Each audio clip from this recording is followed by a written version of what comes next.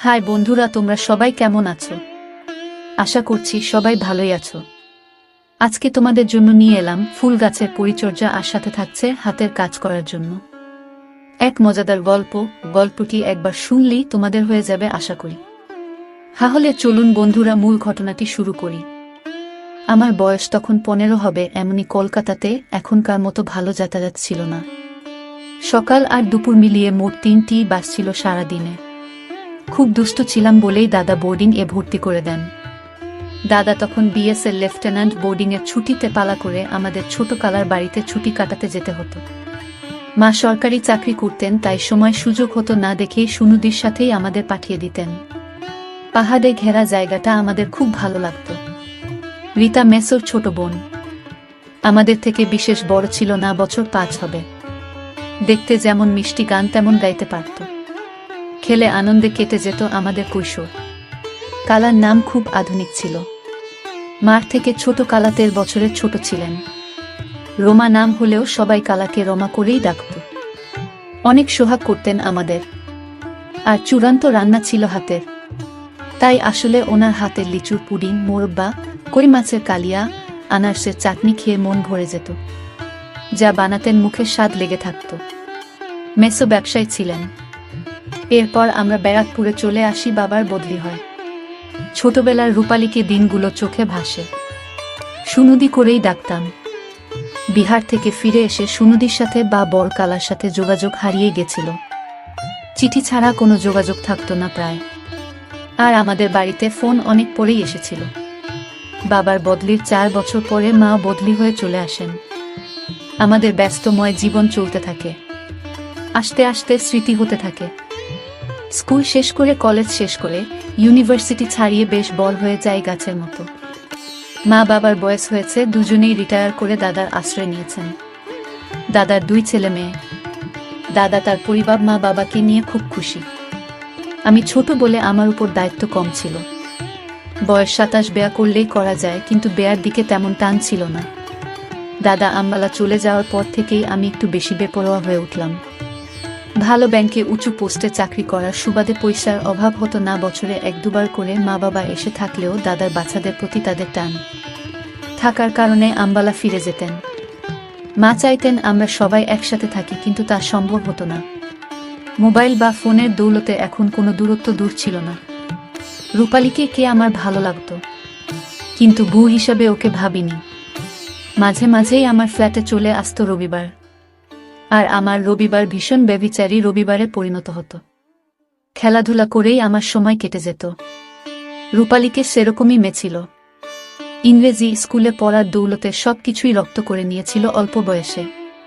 মুখ দিয়ে খেয়ে দেওয়ায় হয়তো কোনো পেয়ে পাল্লা দিতে পারবে না। রূপালীকে আমাকে বেয়া করবে বা আমাকে ভালোবাসে এমন সম্পর্ক আমার আর ওর ছিল না। সোজা কোথায় একে অপরের পরিপূরক ছিলাম।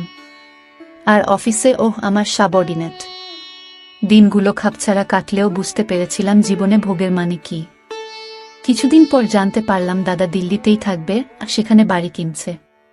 দাদার 2 ছেলে মেয়েকে সামলে বাড়ি কিনতে অনেক টাকার দরকার পড়ল। মা বাবা তাদের জমানো টাকা ঢেলে দিলেন দাদার বাড়ির পিছনে। পেল্লায় একখানা বাড়ি কিনে দাদা দিল্লি বাসী হয়ে গেলেন। আগে মতো শাসন না করলেও সপ্তাহে 1 বার ফোনে লেকচার শুনতে হতো।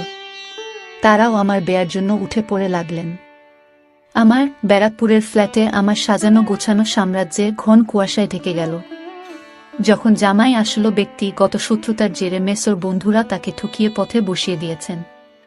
সব থেকে আশ্চর্যের বিষয়, মেসো এইসব কথা বাড়িতে জানানোর ইচ্ছা পর্যন্ত করেননি। রীতাদির বেয়া হয়েছে বিহারেই, কিন্তু তার সুর বাড়ির লোকেরা বিশেষ ভালো ছিলেন না। তাই তারা মেসমশাইকে সাহায্য করতে অস্বীকার করে মেসোর অমন সুন্দর বাড়িখানা বিক্রি করেও ধার শোধ করা যায়নি। এমন অবস্থায় মেসো চলে যাবার পথ বেছে নেন। চারিদিকে ঋণের বোঝা আর পাওনাদারদের যন্ত্রণা নিয়ে ছোট কালার জীবন এখন যন্ত্রণা প্রায়। তাদের একটি কন্যা সন্তান দীপ্তামিতা ক্লাস 10-এ পড়ে মাত্র। তাকে মেসোদুন স্কুলে ভর্তি করিয়েছিলেন অনেক পয়সা খরচা করে। এখন রোমা কালা মাথায় হাত দিয়ে বসে পড়েছেন। বেশ খারাপ লাগলো। একটা মানুষকে কাছে দেখা এত ভালো লোক, কিন্তু ভাগ্যের কি পরিহাস, মা বাবার আদেশ আসলো দিল্লি থেকে। এরকম পরিস্থিতিতে আমার কাছে শুধু আদেশ আসে, তুই তো অনেক ইনকাম করিস, তুই কালাকে নিজের কাছে রাখ, অত বড় ফ্ল্যাট কি করবি একা থেকে? তার চেয়ে কালা রান্না বান্না করে দেবে, আর দীপা স্কুলের ছুটিতে আসবে থাকবে। কালার আমরা ছাড়া কে আছে বলো? কালাকে একটা ভালো কাজ দেখে দে, কালা তো বিয়ে পাস। মার আদেশে আমার সোনার লঙ্কা ছারখার হয়ে গেল। রূপালীকে কে জানালাম যে আমাদের মজার দিন শেষ। কালার বয়স এমন কিছু বেশি ছিল না যে জীবন শেষ হয়ে গেছে। 40 শেষ করেছে সবে, কিন্তু এমন পুরা মহিলাকে ঘরে রাখা মানে নিজের সব প্রাইভেসিতে আমের বাঁধে। ফোনে কালার কান্না হাতে পায়ে ধরা শুনে আমার শরীর গলে গেল। কালার দেনা শোধ করতে করতে আমার পুঁজি প্রায় শেষ হবে এমন সময় কালার মেয়ের স্কুল থেকে ফোনে আসলো, সামনের বছরের টিউশন ফি ভরতে হবে। অনেক টাকাই নেই করে খরচা হয়েছে। বাধ্য হয়েই সেভিংসের কিছু কালো টাকা ভাঙিয়ে ড্রাফট করে পাঠিয়ে দিলাম। কালার প্রতি ভালোবাসা থাকলেও এখন আমি আর ছোট নেই। দাদা বাবারাই সব ব্যবস্থা করে কালার কলকাতাতে জিনিসপত্র বিক্রি করিয়ে দিলেন। নিয়ে কালা আমার ফ্ল্যাটে উঠলেন। আমার খারাপ দিন শুরু হলো। কালাকে বুঝতে দেওয়া সম্ভব নয় যে আমি একেবারেই খুশি নয়। কিছু কিছু বন্ধুরা জল পানি খেতে আসতো, তারাও এসে ফিরে যেতে লাগলো। ছোটবেলায় কালাকে যা দেখেছিলাম, এখন কালার অনেক পরিবর্তন হয়েছিল। সুন্দর মুখখানা মায়া জড়ানো। আমার কালা এমনিতেই অনেক লম্বা। আগের চুল বয়কাট রাখতেন, কিন্তু এখন লম্বা চুলের বিনুনি। ফর্সা সুন্দরী মুখে অসাধারণ একটা মায়া। তবে ঝুঁকলে থোকা থোকা ভারী সুন্দর বাগানের আপেল বেরিয়ে আসে, বা ভিজে কাফুরে চাওড়া পিছনের মাঠ কাফুরের উপর ভেসে ওঠে। এসব আগে কখনো দেখিনি, কিন্তু এখন কালা সব সময় সামনেই থাকে, তাই চোখে পড়ে যায়। কালা কখনো আমাকে রনি বা রঞ্জন বা সুরঞ্জন সব নামেই ডাকতেন। সকালে রান্না করে আমায় রান্না খাইয়ে টিফিন ও দিয়ে দিতেন। সত্যি বলতে কালার রান্না খেয়ে এত তৃপ্তি পেতাম যে বাকি সব কিছু ভুলেই যেতাম।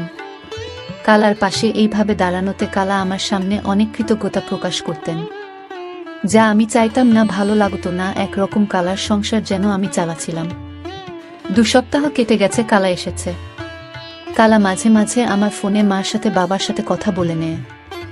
জল পানি খেয়ে বন্ধু বান্ধব নিয়ে মজা করা লাটে উঠে গেল। রূপালীকে নিজের খেলাধুলার জন্য রাহুলকে বেছে নিল। রাহুল আমার এক কলিগ। সুযোগ পেল তাই আমার দুর্বলতাকে কাজে লাগিয়ে জল পানি খাইয়ে রূপালীকে কে নিয়ে মজা করা শুরু করলো। কাজ অফিস করতে করতে কেটে গেল 1 মাস। খেলোয়াড় বাবাজিতে হাত পর্যন্ত পড়েনি। মনে মনে ভাবলাম, নয় তারপর কালা তো নিজের ঘরে নিজের মতো থাকে, টিভি দেখে বা বই পড়ে। যদি বন্ধুর বাহানায় নিয়ে আসি, কাউকে ক্ষতি কি? আর কালার ঘর দক্ষিণের বারান্দায়, আমি উত্তরে 2টো ঘর ছেড়ে থাকি। 2টো রান্নাঘর, 2টো বাথরুম। কালার ঘর কালার গসরুমের লাগোয়া। এইভাবে আর কতদিন চলবে? জল পানি খেলেও যদি গন্ধ পায়, হয় কালা আমার অসুবিধা বুঝতে পারত, নয় কালা বুঝলেও নিরুপায় ছিল। কাজের জন্য আমাকে করতে লাগলো। অনেক ভেবে দেখলাম কালা কাজে গেলে আমার অন্তত একটু সুবিধে নিশ্চয়ই হবে, কিন্তু এমন এক বিধবা কে কোনো অফিসে পাঠাব? সবাই কেউ নেই ভেবে ঠক্কর মারবে। মহাচিন্তা শেষমেশ আমার ব্যাংকের জিবিএমকে বলে, কালাকে আমার ব্যাংক, এই কালাকে স্টাফ হিসাবে ঢুকিয়ে দিলাম। শর্ত একটাই, অফিসে কাউকে বলা চলবে না যে আমি তার ভাগ্নে, কারণ আমি ব্যাংক ম্যানেজার। যদি সবাই জানতে পারে রোমা আমার কালা, তাহলে আমার অনেক অসুবিধা। তাছাড়া কালা একটা নর্জল স্টাফ, আমি বস। যাই হোক, কালা কাজে যোগ দেওয়াতে সত্যি স্বস্তির নিঃশ্বাস পড়ল। আমি অনেকটা ব্যক্তিগত জীবন ফিরে পেলাম। আস্তে আস্তে আরও 2 মাস কেটে গেল। আমার খেলোয়াড় বাবাজি খাড়া হলে কাউকে না কাউকে ধরে চলে যেতাম হোটেলে, সিগারেট ঘরেই খেতাম। আর ইদানিং জল পানি খাওয়াটাও ঘরেই শুরু করলাম। যেহেতু আমার টাকায় কালার বাচ্চার পড়াশোনা চলত, সেই জন্য কালার হাব ভাব পাল্টে যেতে লাগলো। এত বিনয় ভালো লাগতো না। এ যেন প্রভু ভৃত্যের মতো ব্যাপার স্যাপার। কেউ কাউকে কিছু না বললেও কালার আর আমার সংযোগ এতটাই কমে গেল যে শুধু আমার প্রয়োজনের আর চাহিদার কথা টুকু হতো। এর জন্য আমার ব্যস্ততা কতটা দায়ী তা আমি জানতাম না। ছুটির দিন ঘরে থাকতেই ইচ্ছা করত না। গাড়ি ছিল একদিন, তাই কালাকে গাড়ির সদ উপযোগ করার খাতিরে বললাম, এখানে গাড়ি চালানো শিখে নাও, আমার বাজারের জন্য অপেক্ষা করতে হবে না। কালা মাথা নিচু করে বলল, কাল খোঁজ নেব। আমি বিরক্ত হয়ে বললাম, আরে খোঁজ নিতে হবে কেন? বিশুদা রয়েছে তো, সব শিখিয়ে পড়িয়ে দেবে। কালা চুপ করে নিজের ঘরে চলে গেল। বিশুদাই আমার ড্রাইভার। সেদিন শনিবার রাতে ঘরেই বিরক্ত হয়ে পার্টি ডাকলাম। আমার বিশেষ বন্ধু শৈবাল বরুণ, তার খেলাধুলার সাথী ঋতিকা আর সীতা। ঋতিকা জাত করাফ মেয়ে, যার কাছে খেতে পাবে তার সাথেই করবে। ওকে পছন্দ না হলেও বরুণ আমার ভালো বন্ধু, মানা করতে পারলাম না। সীতা 1 মাস আমাদের ব্রাঞ্চে এসেছে। দারুণ সুন্দরী, কিন্তু কারো সাথে করতে চায় না সহজে। আমার বসার ঘরে সবাই বসে হাসি ঠাট্টা করছে। সীতা আমার ডাকতেই এসেছে, না হলে ওহু সহজে কোনো পার্টিতে যায় না। ছোট কালা আগে ভাগেই বুঝে গেছে জল পানির বোতল এসেছে, কারণ জল পানির 2টো বোতল নিয়ে আমি ফ্রিজে রেখে এসেছি। কালা বাড়িতে শাড়ি পরেই থাকেন, আর শাড়ি পরলে কালাকে আরো সুন্দর দেখায়। কালাকে দেখে বরুণ সীতা চমকে উঠল। ওদের ভুল ভাঙিয়ে দিয়ে সংক্ষেপে সব বলতে হলো। কালাকে সীতা আনন্দ করার জন্য বলল, খালা আজ সব ছাড়, আজ পার্টি। কালা মৃদু হেসে ঘর থেকে বেরিয়ে গেলেন। আমি বললাম, বাহ, তাহলে তো ভালোই হয়। তোমার চেঁচামেচিতে বিরক্ত লাগলে তুমি তোমার ঘরে চলে যেতে পারো। কালা বলল, না, আমার অসুবিধা নেই, তোমাদের যা ইচ্ছে করো। রাতে কি রান্না করব কিছু? আমার মনে মনে আনন্দ হলো। এই তোমার কি রাতে কেউ কিছু খাবে? আমার কালা কিন্তু চরম রান্না করতে পারে। ঋতিকা আর বরুণ বাড়ি চলে যাবে। বরুণ অনেক জোর খাটানোর পর ও খেতে সম্মতি জানালো না। সীতা বলল, যা খুশি চলবে। কালা আমার আর সীতার জন্য রান্না করো, চিকেন আচারি আর পরোটা, আর রায়তা, চা কফি তাড়াতাড়ি দিয়ে যাও। কালা সম্মতি জানানোর মতো ঘাড় নেড়ে রান্নাঘরে চলে গেল। আমরা জল পানি খাওয়া চালু করলাম। বরুণ সীতা দুজনেই সিগারেট খায়। কালা অনুমতি নিয়ে ঢুকলেও আমার হাতে শুরুত জ্বলছিল। আমার খাওয়া হয়নি বললেও ভুল হবে। বরুণ আর ঋতিকা যাবার জন্য বায়না শুরু করে দিল। কফির প্রশংসা কে কি করেছিল সত্যি বলতে আমার মনে নেই। শেষমেশ বরুণ আর ঋতিকা খেলাধুলার জন্য বেরিয়ে গেল। বুঝতে আমার অসুবিধা হলো না, এবার আমি আর সীতা দারুণ জিনিস। আমি গল্প করা শুরু করলাম। সীতা খোলামেলা, কিন্তু লোভ বুঝে চলে। আমার হাই পোস্ট, তাই আমাকে সমীহ করলেও ওর মনে কি আছে বোঝা শক্ত। তাই সাধারণভাবেই শুরু হলো কথাবার্তা। সীতা কথা বলতে বলতে জানানো যে সে ব্যাঙ্গালোরে থেকে কলকাতায় এসেছে শুধু বদলি নিয়েই নয়, তার বাবাও এসেছে বদলি হয়ে। এছাড়া পড়াশোনা ব্যাঙ্গালোরেই করেছে। আমি বিয়ার কথা জিজ্ঞাসা করতেই কুকড়িয়ে গেল সীতা। কি বিয়া? আমার এই লাইনে মনে হলো সীতা কে। জল খেতে খেতে ওর শরীরটা তা ভালো করে দেখছিলাম। সুন্দরী তো বটেই, কিন্তু ঘাটটা দেখলেই পাপ্পা খেতে ইচ্ছা করে। আচ্ছা, এই জলের বোতলটাকে শেষ করবে? তুমি তোমার কালাকে ডাকছ না কেন এখানে? আমি বুঝলাম সীতার জল খেয়ে ভালোই ধরেছে। কালাকে এখানে ডাকলে অপ্রস্তুতেই পড়তে হবে। কিন্তু মনে শয়তানি বুদ্ধি জাগল। যদি কালাকে এখানে বসাই তাহলে কালা মা বা বাবাকে আমার জীবন যাত্রা নিয়ে কিছুই বলতে পারবে না। আর কোনোভাবে যদি সীতা বা অন্য কাউকে এনে করতে পারি, তাহলে কালার মুখ বন্ধ হয়ে যাবে। সীতাকে উস্কে দিয়ে বললাম, আমি ডাকলে কালা শরমে নাও আসতে পারে, তার চেয়ে তুমি জোর করে ধরে নিয়ে আস। ঠিক আছে, আই গো, বলে সীতা উঠে কালার ঘরের দিকে গেল। রান্না শেষ করে কালা নিজের ঘরে বসে আছে টিভি নিয়ে। সীতার হাঁটা লক্ষ্য করলাম, একটু হেলদুলে খাচ্ছিল। সীতার পিছনের মাঠ দেখবার মতো। ছোট কাফুরের পিছনের মাঠটা গোল হয়ে ফুলে আছে উপরের দিকে। আমি জানি কালা আসবে না। আমার মনে মনে একটু অপরাধ বোধ জাগছিল। ঘরে পার্টি করা ঠিক হলো না বোধ হয়। একটা সিগারেট নিয়ে ধরিয়ে শেষ করতেই আমার চোখ ছানা বড়া হয়ে গেল। সীতা এক প্রকার টেনেই কালাকে জোর করে নিয়ে এসেছে। সীতা হাত ধরে কালাকে সোফাতে বসিয়ে বলল, আমরা খাচ্ছি, আপনাকেও খেতে হবে, কোনো আপত্তি শুনছি না। কালা সমানে না বললেও করুণ চোখে আমার দিকে আর চোখে তাকালো। আমি ঘুরে বলে ফেললাম, আগে খেয়েছো কালা? কালা মাথা নেড়ে বলল, 1-2 বার তোমার মেসো খাইয়েছিল। সীতা সাথে সাথে তালি মেরে বলল, সাব্বাস। কালাকে একটা বড় বোতল দিয়ে বলল, খাও। সীতা কথাবার্তায় কোনো মার্জিত বোধ প্রকাশ করে না। কালা জড়তা নিয়ে জল পানি খেতে থাকলেও আস্তে আস্তে পুরোটাই শেষ করে ফেল। আমার বেশ কৌতুক লাগলো। মনের শয়তানটা জেগে উঠল। দেখি না যদি কালাকে খাই যে তার মাঠে খেলাধুলা করা যায়। আর এতদিন থেকে আমার উপর কালার কি মনোভাব গুজিয়েছে। আমি সীতাকে কালার অলক্ষ্যে জিজ্ঞাসা করলাম আমার প্ল্যান সম্পর্কে ওর অভিমত। সীতা সানন্দে রাজি হয়ে গেল।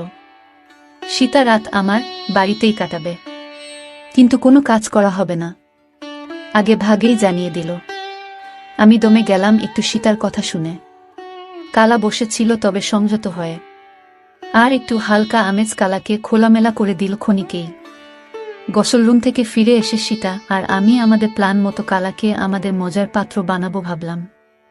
সীতাকে বাইরে থেকে দেখে বোঝা যাচ্ছিল না সীতা এমন দুষ্টু বুদ্ধি মাথায় রাখে। আর সীতা যে গভীর জলের মাছ বুঝতে অসুবিধা হলো না আমার। সীতা কালার গায়ের কাছে বসে কালাকে সোহাগ করে বলল, তুমি এত চুপচাপ কেন? আমরা কি তোমার আপন নয়? আমরা তিনটা খেয়ে নিলাম আর তুমি একটাতেই ধরেই বসে আছো। কালা মৃদু হেসে বলল, আমার তোমাদের মতো অভ্যাস নেই। আর এখন আর এসব কি মানায়? সীতা না না করে বলল, না ওসব চলবে না, এই একটা খেতেই হবে বলে আরেকটা কালার হাতে ধরিয়ে দিল। কালা না করলেও গল্পের ছলে এদিক ওদিক করে পুরোটাই খেয়ে ফেল নিশার ঘোরে। এবার নিশা বাড়তে থাকল। কালার খিলখিলিয়ে হাসি আর আলু থালু হয়ে পড়ে সোফাতে বসে থাকা দেখে সীতা আর আমি মজা নিতে থাকলাম। সীতা প্রশ্ন করল, আচ্ছা রমা, কালা রানা কেমন ছেলে? কালা সীতার মুখে হাত রেখে বলল, ওহ ভগবান, একরকম আমার মালিক। আমি জানি না, এমন ভাব করে বললাম, কেন কালা এমন কথা বলছো? তুমি জানো না সীতা, রানা আমায় নতুন জীবন দিয়েছে। ওর ঋণের বোঝায় আমি ডুবে আছি, আর জানি না কোনোদিন ঋণ শোধ করতে পারবো কিনা। সীতা বলল, আচ্ছা, ও যে জল খাচ্ছে সুরুট খাচ্ছে? কালা ওই কথা উড়িয়ে দিয়ে বলল, এখনকার ছেলে মেয়েরা একটু আটটু খায়, ওহ একা থাকে বেচারা, কি বা করবে। কালার কথা শুনে ভালো লাগলো। চুপচাপ গিয়ে সুরুট চালিয়ে দিলাম। সীতা আর কালা বুঝতে দিলাম না টিভির উপর আমি সিগারেট রাখি তোয়ালে চাপা দিয়ে। কালার সংকোচ কাটাতে ঘর থেকে সিগারেট বেরিয়ে গেলাম। সীতা এবার শালীনতার মাত্র ছাড়িয়ে ফেল। তুমি আসতে ওর কত অসুবিধা, ওর মেয়ে বন্ধুরা এখানে আসতেই পারে না। বাইরে থেকে দাঁড়িয়ে বারান্দায় আমি সব কথা শুনছি। কালাকে কোথায় কোথায় করার ইচ্ছা জাগলো। সত্যি কালা আমাকে মানে না, আমার পয়সার জন্য এমন কথা বলছে বুঝতে হবে। না না, অসুবিধা কোথায়, ওর মেয়ে বন্ধু আসলে আসবে। এখন ওর বেয়া করার কথা আমার জন্যই না, ওর কত কষ্ট। আমার জীবনে আর কি বা আছে? ওহ, আমার মেয়ের দায়িত্ব নিয়েছে, এটাই বড় কথা। তার জন্য আমি তো এমনিতেই ওর কাছে ঋণী। ও না থাকলে হয়তো আমার পথে বসতে হতো। আমি সত্যি সেইভাবে কালা আমার সহানুভূতির নিচে চাপা পড়ে থাকতে দেখতে চাইনি। কালা ঘরে আছে, আমিও ঘরে ঢুকলাম। কালার কথা বার্তা এলোমেলো হয়ে গেছে, হয়ে আবোল তাবোল বকছে, আর সীতা কালাকে মজার পাত্র বানাচ্ছে। কালার শাড়িটাও বেশ খানিকটা আপেলের উপর থেকে সরে গেছে। এই প্রথম কালার ভরা বাগানের পেঁপে দেখে চমকে উঠলাম। এমন ভরা গাছের আপেল দেখে খেলোয়াড় বাবাজি মোচড় দিয়ে উঠল।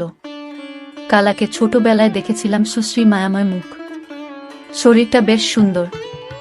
এখন এতদিন পর কালার পিছনের মাঠ আর বাগানের আপেল দেখে শরীরে কারেন্ট লেগে গেল। ঘরে এমন এমন জিনিস থাকতে দেখি না, যদি কিছু করতে পারি পানি খাওয়ানোর সুযোগে। কিন্তু সীতা ঘরে কিছু করতে দেবে না, আগে ভাগে বলে দিয়েছে। বসার ঘরে ক্যামেরা চলছিল, তাই বন্ধ করে দিয়ে আসলাম। কালাকে কালার ঘরে গিয়ে কিছু একটা করতে হবে। সীতাকে জিজ্ঞাসা করলাম, চল খাওয়া যাক। সীতা রাজি হয়ে গেল। কালাকে বললাম খাবার বাড়তে, কালার জল পানি খাওয়ার অভ্যাস নেই। টলতে টলতে রান্নাঘরে গিয়ে খাবার বেড়ে নিয়ে আসলো। সীতা সাহায্য করল। কালা নিশায় এতটাই দুর্বল হয়ে গেছে কি বকছে খেয়াল নেই। সীতাও দুর্বল হয়ে মাঝে মাঝেই আমার উপর ঢলে পড়ছে। আমি জেনে শুনেই জল পানি কম খেয়েছি। কালার হাতের রান্না খেয়ে সীতা আনন্দে গলে পড়ল। কি সুন্দর রান্না! এই সব চলতে লাগলো। খাবার টেবিলে রান্না খেতে হলো না, কালাকে 2-4 গ্রাস মুখে দিয়ে হাত ধুয়ে নিল। আমি খাওয়া সেরে কালাকে জিজ্ঞাসা করলাম, খেলে না যে? কালা বলল, তার খিদে নেই, খাবার ইচ্ছা নেই। সীতাকে ইশারায় বাইরে বারান্দায় আসতে বললাম। সীতা চালাক তাল হলেও তালের ছন্দ হারায়নি। কালাকে খাবার টেবিল পরিষ্কার করতে বললেও কালা নিশায় কি করছিল কালা নিজেই জানে না। আমি সীতাকে জিজ্ঞাসা করলাম সোজাসুজি, সীতা চল আজকের সময়টা উপভোগ করা যাক। সীতা আবার বেঁকে বসলো, বলল, আমরা আগে একে অপরকে চিনি, তারপর এখনই সেসব নয়। আমি একটু চাপ দিলাম, তাহলে কালাকে করার সুযোগ করে দাও। সীতা একটু অবাক হয়ে বলল, কি কস তুই? আমি বললাম, আরে জল খেয়ে মাঠে খেলাধুলা না করলে কি হয়? সীতা বলল, তোমার কালাকে যা জল খাইয়েছি, আর 30 মিনিটে এমনি বেঘুরে ঘুমিয়ে পড়বে, তারপর যা ইচ্ছা করো। আমার এই ব্যাপারটা মন মতো হলো না। আমি বললাম, ঘুমিয়ে করার মজা থাকবে না, তার চেয়ে কালাকে জাগিয়ে রেখে করার উপায় নেই? সীতা খানিকটা চিন্তা করে বলল, একটু ভাবতে দাও। আচ্ছা, তোমার কালার দুর্বলতা কি? আমি বললাম, দীপা কালার মেয়ে, সে তো দুন স্কুলে পড়ে। আচ্ছা, যদি কালার জল খাওয়ার গল্প তোমার বাড়ির লোক জানে, তাহলে কিছু তোমার সুবিধা হবে কি? আমি চমকে উঠলাম। আমি একটু আগেই ক্যামেরা বন্ধ করে রেখে এসেছি। বাধ্য হয়ে সীতাকে বললাম, আমি এমনি খেয়ালে ক্যামেরা করেছি কালার জল পানি খাওয়া। সীতা আমার কাঁধে ঘুষি মেরে বলল, সাবাস। এই সময় ঝনঝন করে কালার হাত থেকে দামি ডিনার সেট পড়ে ভেঙে গেল। ওটা মার দেওয়া, মা ভালোবেসে দিয়েছিল। ভীষণ রাগ হলো, কালা ঘাবড়ে গিয়ে তাড়াতাড়ি পরিষ্কার করতে গিয়ে হাত কেটে ফেল কাছে। ছুটে ভিতরে গিয়ে দেখি কালা পরিষ্কার করে দিয়েছে জায়গাটা। হাতে একটুখানি কেটেছে, বিশেষ কিছু না। চরম রাগ হলো, খানিকটা দাবাড়ি দিয়ে বললাম, মার এত সুন্দর জিনিসটা নষ্ট করলে? কালা দুর্বলের মতো বলে বসল, কি কর, পড়ে গেল যে। আমি খিচিয়ে উঠলাম, পড়ে গেল এমনি। তুমি পানি খেয়ে নিজেকে ঠিক রাখতে পারো না। কালা জবাব দেয় না, মাথা নিচু করে থাকে।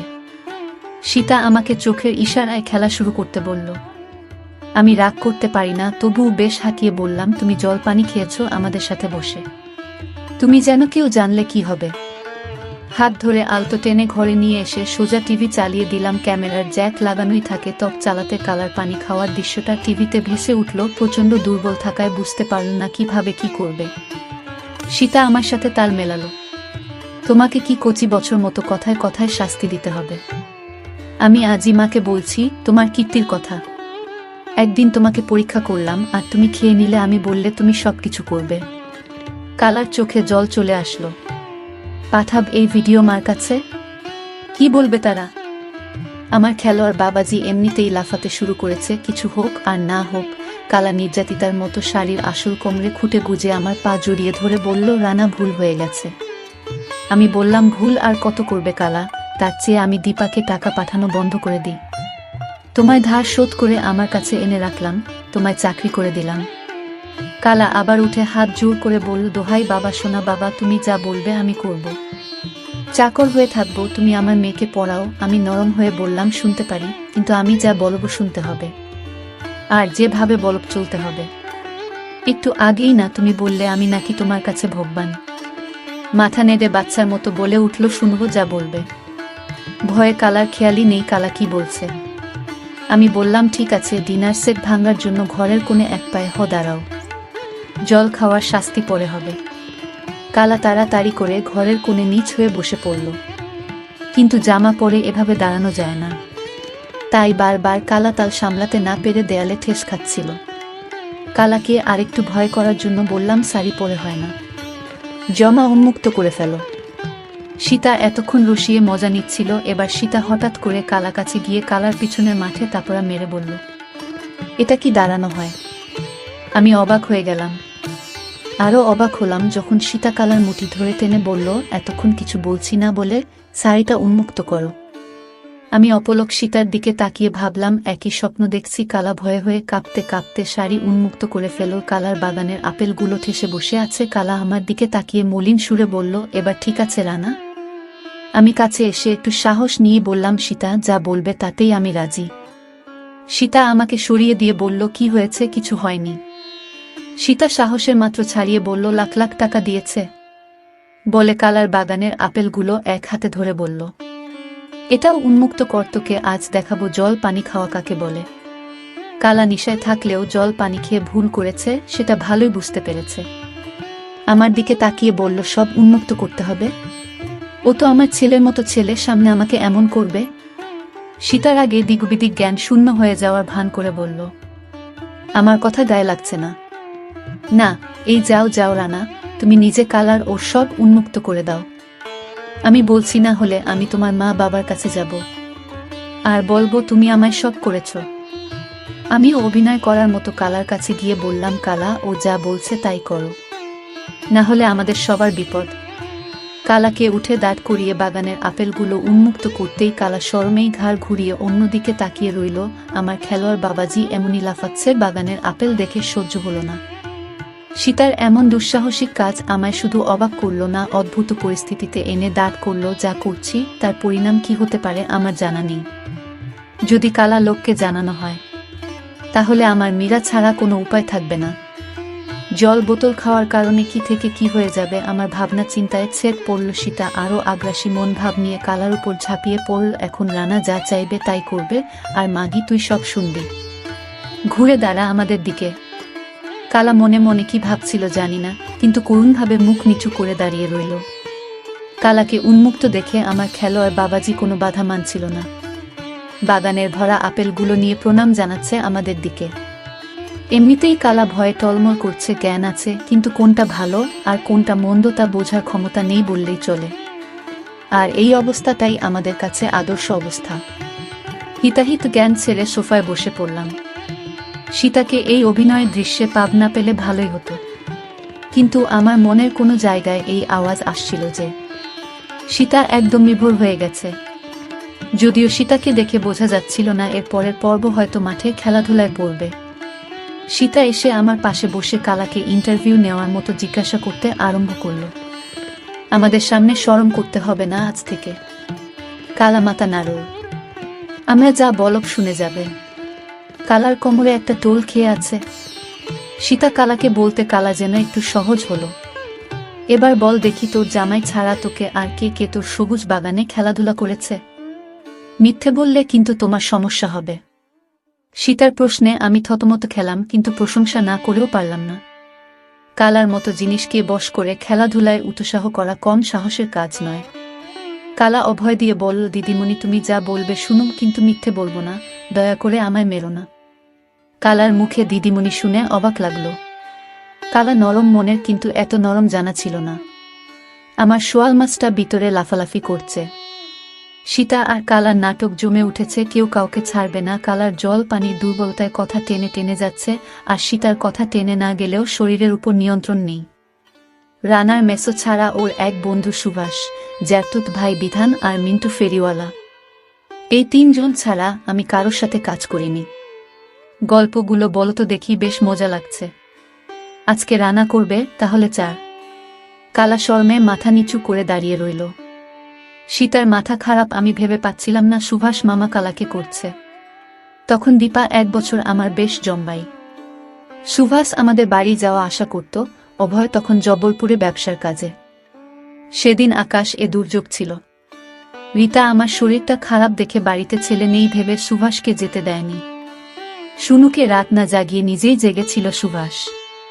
সেই সুযোগে একরকম জোর করেই আমার বাগানে কাজ করে পড়ে। সুভাষ আমার শরীরে বাধা দেওয়ার বল ছিল না। তারপর থেকে প্রায়ই আমার সাথে করতে চাইতো, কিন্তু আমি আর তাকে আমল দিইনি।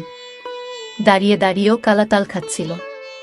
আমি ঝুঁকি এর একটা ছোট পরে নিলাম, জামা কাপড় ছেড়ে খেলোয়াড় বাবাজি আর সামলানো যাচ্ছিল না।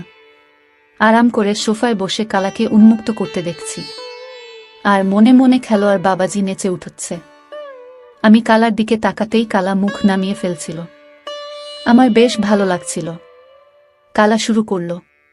মেসো মারা যাওয়ার 1 বছর আগে মিন্টু হঠাৎ আমাকে খাতির করা শুরু করে। বেশ ভালো জুস দিত। মিন্টুর সুযোগ নেওয়ার পিছনে বিধান অনেকটাই দায়ী। পরের পর্ব শোনার জন্য চ্যানেলটি সাবস্ক্রাইব করে পাশে থাকবেন। ধন্যবাদ।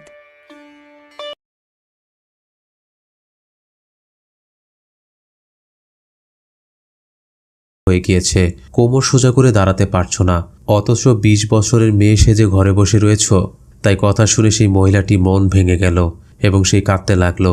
এভাবেই কাঁদতে কাঁদতে একসময় সেই মহিলাটি ঘুমিয়ে গেল। আল্লাহ তাআলার অসীম কুদরতেই তাকে সেই ঘুমের মধ্যে আল্লাহ তাআলার প্রিয় হাবিব হযরত মুহাম্মদ সাল্লাল্লাহু আলাইহি সাল্লামকে স্বপ্নে দেখালেন। স্বপ্নের মধ্যে মহিলাটি আল্লাহ রাসূল সাল্লাল্লাহু আলাইহি সাল্লামের কবর জিয়ারতের লাভের ধন্য হলো। মহিলাটি অনেক খুশি হয়ে গেল, কিন্তু সে তার স্বামীকে বলতে লাগলো, আপনি তো আমাকে কোনো আমলের ব্যাপারে বললেন না যা আপনি আমাকে বলতে চেয়েছিলেন। আমি তো সেই আমল করার আগেই আল্লাহর রাসূল সাল্লাল্লাহু আলাইহি সাল্লামের সাক্ষাৎ পেয়ে গেছি। তখন তার স্বামী হাসতে হাসতে বললেন, হে আল্লাহর বান্দি, এইটাই সেই আমল ছিল। কেননা আমি তোমার জীবনের দিকে খুব মনোযোগ দিয়ে পর্যবেক্ষণ করলাম। আমি দেখতে পেলাম যে তোমার মধ্যে সব ধরনের বিষয় রয়েছে। তুমি শরীয়ত ও সুন্নত মোতাবেক আমল করো। এরপরে আমি ভেবে দেখলাম আমি তোমার সঙ্গে হাসিখুশি সুন্দর সংসার জীবনযাপন করছি, যার কারণে কখনো তোমার মন ভাঙেনি। তুমি আল্লাহর কাছে কান্নাকাটি করে কোনো কিছু চাওনি। তাই আমি একটু চিন্তা করলাম, যদি তোমার মনে কোনোভাবে একটি বড় ধরনের আঘাত দেওয়া চায়, তুমি মনে কষ্ট পাও, তাহলে আল্লাহর কাছে কেঁদে কেঁদে দোয়া করবে। তখন আল্লাহ তাআলা তোমার মনের বাসনা পূরণ করবে। এই জন্যই আমি তোমাকে নতুন বউয়ের মতন সেজেগুজে আসতে বলেছিলাম। আবার অপরদিকে তোমার বাইকে বলে তোমাকে বকা শুনিয়েছি। এর ফলে তোমার মনে আঘাত লেগেছে এবং তুমি কষ্ট পেয়ে কেঁদেছ। তোমার কান্না দেখে আল্লাহর রহমত এবং দোয়া রয়েছে এবং আল্লাহ তাআলা তার প্রিয় রাসূলের সঙ্গে তোমার সাক্ষাৎ করার সুযোগ করে দিয়েছে। প্রিয় বন্ধুরা, আজকের এই ঘটনা থেকে একটি শিক্ষণীয় বিষয় হলো যে যখন কোনো মানুষের মনে আঘাত লাগে এবং তার মন ভেঙে যায় এবং আল্লাহ তাআলা দয়া করলে আল্লাহর রহমত তার উপর বর্ষিত হয়। যদি এই জীবনে বিপদ আপদ আসে অথবা কোনো কঠিন মুসিবতে আপনি পড়ে যান, অবশ্যই আপনি খেয়াল রাখবেন যে আপনি ধীরে ধীরে আল্লাহর নিকটবর্তী হচ্ছেন।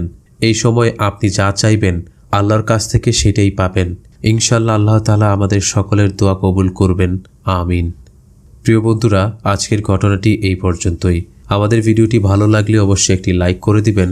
এই পর্যন্ত ভালো থাকুন, সুস্থ থাকুন। আল্লাহ হাফেজ। দেখাবেন, সব আঘাত দেখাবেন। স্লো মোশন আস্তে আস্তে আস্তে।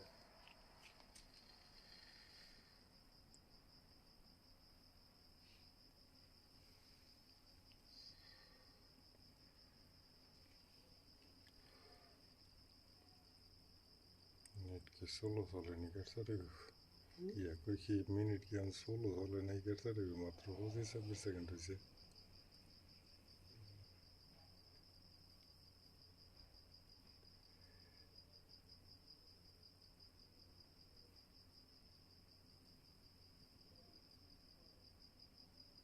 ক্যামেরা কি ক্লিয়ার হইছে আমি দেখছেন।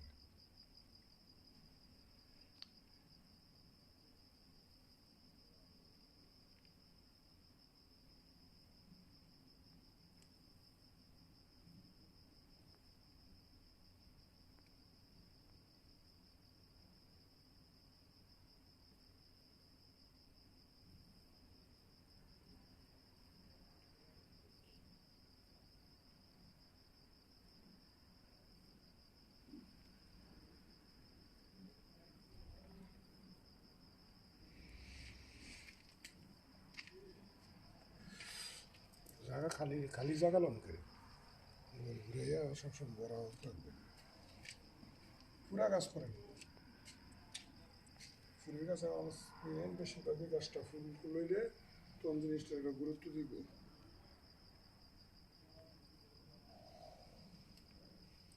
পিছনে পিছনে পুরাটা গাছ লাগান।